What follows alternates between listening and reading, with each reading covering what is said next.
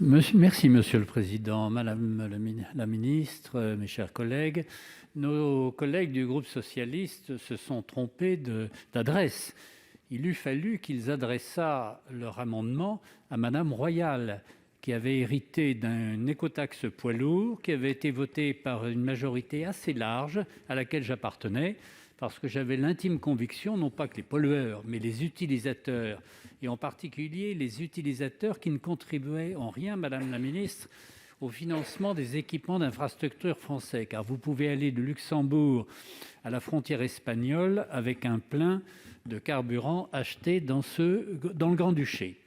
Nous avions donc un système qui était pertinent et qui manquait cependant, et c'était la responsabilité du gouvernement que de gérer cette crise, manquait cependant de souplesse. Il est évident que la géographie commande. Lorsque vous êtes dans le couloir lotharingien qui va des ports de la mer du Nord au sud de l'Europe, il faut savoir que Rotterdam reste le plus grand port méditerranéen. Vous observez un flux de poids lourds que vous ne maîtrisez pas et qui s'impose à vos infrastructures sans apporter aucune contribution.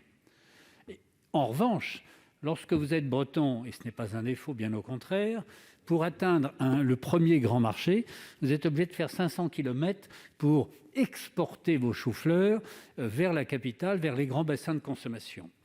Si Madame Royal avait eu la patience d'ouvrir une négociation avec les régions pour différencier le taux de prélèvement, peut-être aurait-elle affronté aussi des crises et des critiques, mais un système qui a quand même coûté aux contribuables français plus d'1 milliard d'euros et qui nous laisse ses portiques en souvenir sur nos routes nationales aurait pu commencer à fonctionner.